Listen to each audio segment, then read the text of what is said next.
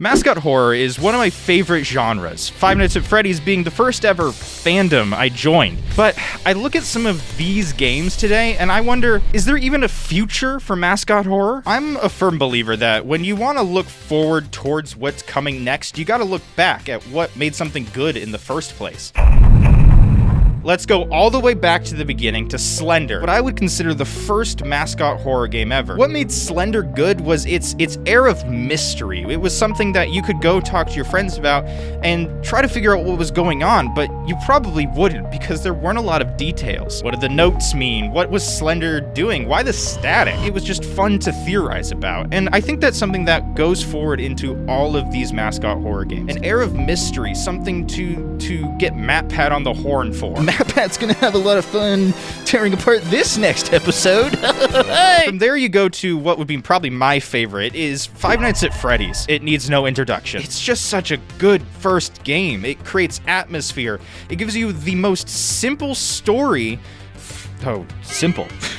But really, old school Five Nights at Freddy's, specifically 1 and 2, were all about this simple story about some kids getting killed and stuffed in suits. You even had secret characters, and this was the birthplace of things like hoaxes, where you had Sparky the dog and other fake animatronics, like that weird purple guy one that was just a rip of Golden Freddy or something. They always created this sense of mystery. Were they real? Were they not? Because, I mean, nobody believed in Golden Freddy until Mr. Bite of 87 himself saw him. I mean, who knew that this simple game made by a dude working a dead-end job would become one of the biggest horror franchises of all time? From Five Nights at Freddy's, we can really learn that atmosphere and that mystery, once again, are crucial to any mascot horror game. Going forward, we have Bendy and the Ink Machine, which was releasing around the same time as other Five Nights at Freddy's game, but it had its own unique twist. It was artistic, it looked unique, and most importantly for the future of mascot horror, it released in chapters. This chapter system is focused on making and releasing small chunks of the game until eventually you have a full game. This allows the developers to spend some time working on these chunks in between, also making sure that for smaller developers, they can make money and be rest assured that they aren't going to be wasting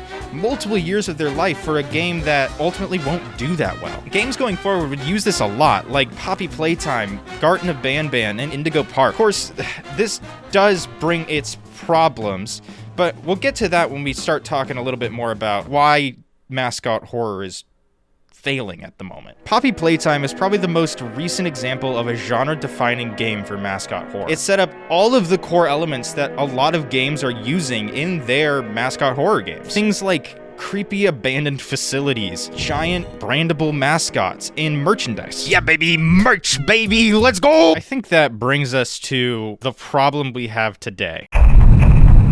Mascot horror has almost become synonymous with either being money-hungry or just boring. Poppy Playtime's adding of themes and ideas ended up kind of creating this sense of monotony. Every game feels the same. I mean, take a look at Joyville, a game that, while unique, in my opinion, has one flaw, that its main villain looks almost identical to Huggy Wuggy. Because of that, it's never gonna escape the idea that it's just a Poppy Playtime clone. It has no visual identity of its own. But who could forget the biggest offender of everybody's problems with mascot horror right now?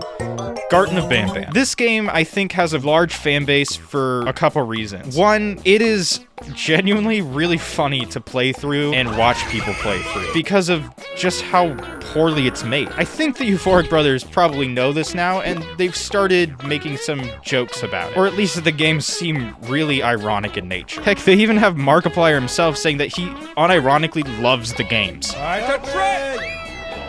But there's no doubt that that game makes buckets of money for what seems like no effort, which makes a lot of other people think that they can do similar things. You have knockoffs, you have the almost Elsa Gate-like nature of what YouTube has done to some of these characters. It's becoming more and more apparent that these mascot horror games aren't meant for fans of horror, maybe, and are more being geared towards children that might buy their toys. Or at least, that's a really cynical way to look at it. I mean, look at things like Candyland. Candyland was a project that was meant to sell NFTs, and they just recently announced they're making a video game. Whether or not the video game is good, let's be honest, it's there for one reason: to make money. I mean, why else would video games like Poppy Playtime and BanBan have their merch store plastered on their title screen? Five Nights at Freddy's is another great example of this. They released Security Breach, which was marketed as the biggest Five Nights at Freddy's game ever, and, well, the reception to it wasn't great. Me personally, I loved it. It's the first Five Nights at Freddy's game that I purposely went through and tried to get every single ending. But just because my opinion is that it's great doesn't mean that that's everybody's opinion. And you can't deny that when it came out,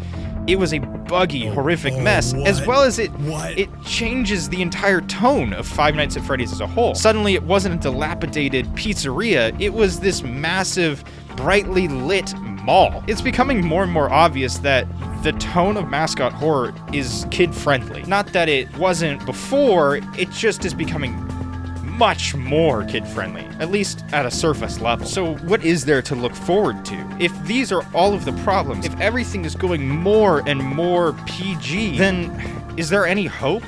Do people actually even like these franchises, these games? I'd argue yes.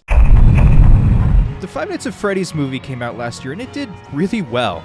So much so they're making a second one. Maybe it's just because there's an audience of people clamoring to see, oh, purple guy, Freddy Fazbear. And honestly, after seeing it myself, it definitely has some flaws, but one thing can't be denied, people are still enjoying it.